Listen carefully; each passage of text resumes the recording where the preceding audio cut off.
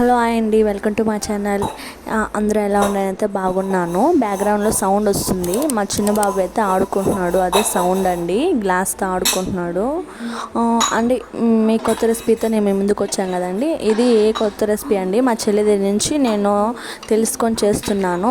ఒకరోజు అయితే చేసింది, నాకు చాలా బాగా నచ్చింది. నాకు తిని చూసాను, బాగా నచ్చింది నాకు.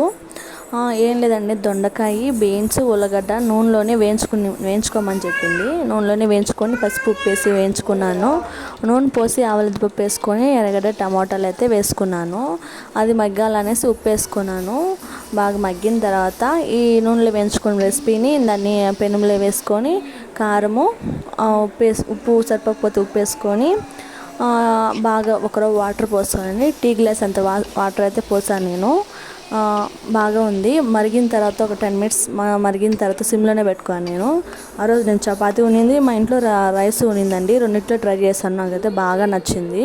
మీరు ట్రై చేయండి, నచ్చితే కామెంట్ అయితే పెట్టండి. మీకు ఎలా ఉందో ఒకసారి ట్రై చేయండి ఇంట్లో కూడా. అలాగే మీ ఇంట్లో మీ పిల్లలు అల్లరి ఎక్కువ చేస్తారా లేరా అనేసి అది కామెంట్ అయితే పెట్టండి. మా ఇంట్లో పిల్లలు బాగా అల్లరి చేస్తారు. ఓకే అండి, బాయ్.